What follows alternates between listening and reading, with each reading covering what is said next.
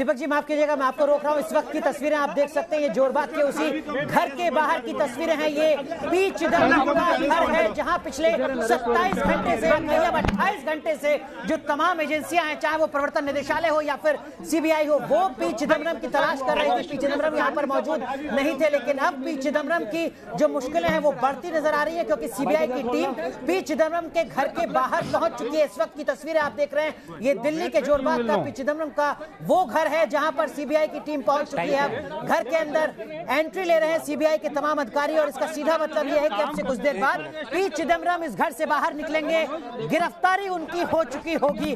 वो गिरफ्तारी जो कल संभावित थी, वो गिरफ्तारी अब से कुछ देर में हो सकती है। तस्वीरें लगातार आप देख रहे हैं, और देखिए जरा इस वक्त जो जानकारी मिल रही है, सीबीआई के अफसर इस दीवार को फांद कर पहुंचे हैं पी चिदम्बरम के घर में। जो जानकारी मिल रही है दीपक जी, इसका मतलब ये कि पी चिदम्बरम अभी भी तैयार नहीं है अपनी गिरफ्तारी को लेकर। दरवाजा बंद है, सीबीआई के दफ्तर दीवार को फांद कर जाने के लिए मजबूर हैं। शायद इसका मतलब यही है कि वो अभी भी अपनी गिरफ्तारी से को टालना चाहते हैं, अपनी गिरफ्तारी को अवैध करना चाहते हैं। और अगर ऐसा नहीं होता तो मेरे ख्याल से चिदम्बरम को इस बात का इंतजार होना चाहिए था। ये देखिए, ये दीवार फांद कर जा रहे हैं। जोरबाग के अंदर पी चिदम्बरम का एक घर है। वैसे ईडी ने इस प्रॉपर्टी को अटैचमेंट की लिस्ट में डाल रखा है। इसकी बाजार कीमत 17 करोड़ रुपए बताई गई है, लेकिन इसकी एक्चुअल वर्थ 100 करोड़ रुपए के आसपास होगी। जोरबाग में कम से कम इतनी ही महंगी प्रॉपर्टी है दिल्ली के अंदर। और आप ये तस्वीरें देख सकते हैं अनुराग की सीबीआई की टीम कैसे पहुंची है। लेकिन अगर दीपक जी ये तस्वीरें अदालत की तरफ से भी देखी जा रही हैं, अदालत भी इन तस्वीरों को संज्ञान लेती है इन तस्वीरों पर।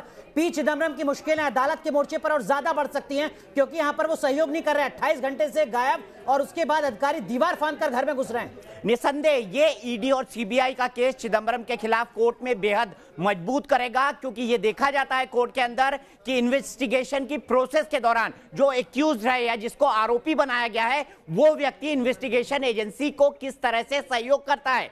चिदम्बरम ने अपनी जो रिलीफ की एप्लीकेशन थी उसमें साफ कहा था कि उनके पास गवाहों को दबाव डालने का किसी भी तरह का कोई हथियार नहीं है, वो केस को प्रभावित नहीं कर सकते, इसीलिए उनको बाहर रहने दिया जाए। लेकिन कोर्ट ने इस बात को नहीं माना। अब वो जिस तरह से इन्वेस्टिगेशन एजेंसी को धोखा देने की कोशिश कर रहे हैं, इवेट कर रहे हैं, ये भी बताता है कि चिदम्बरम का केस अब जो कानून के खुद वो जानकार है, उनको भी ये समझना चाहिए कि उनका केस कोर्ट में अब और खराब होता जाएगा अंतिम रात के मामले में।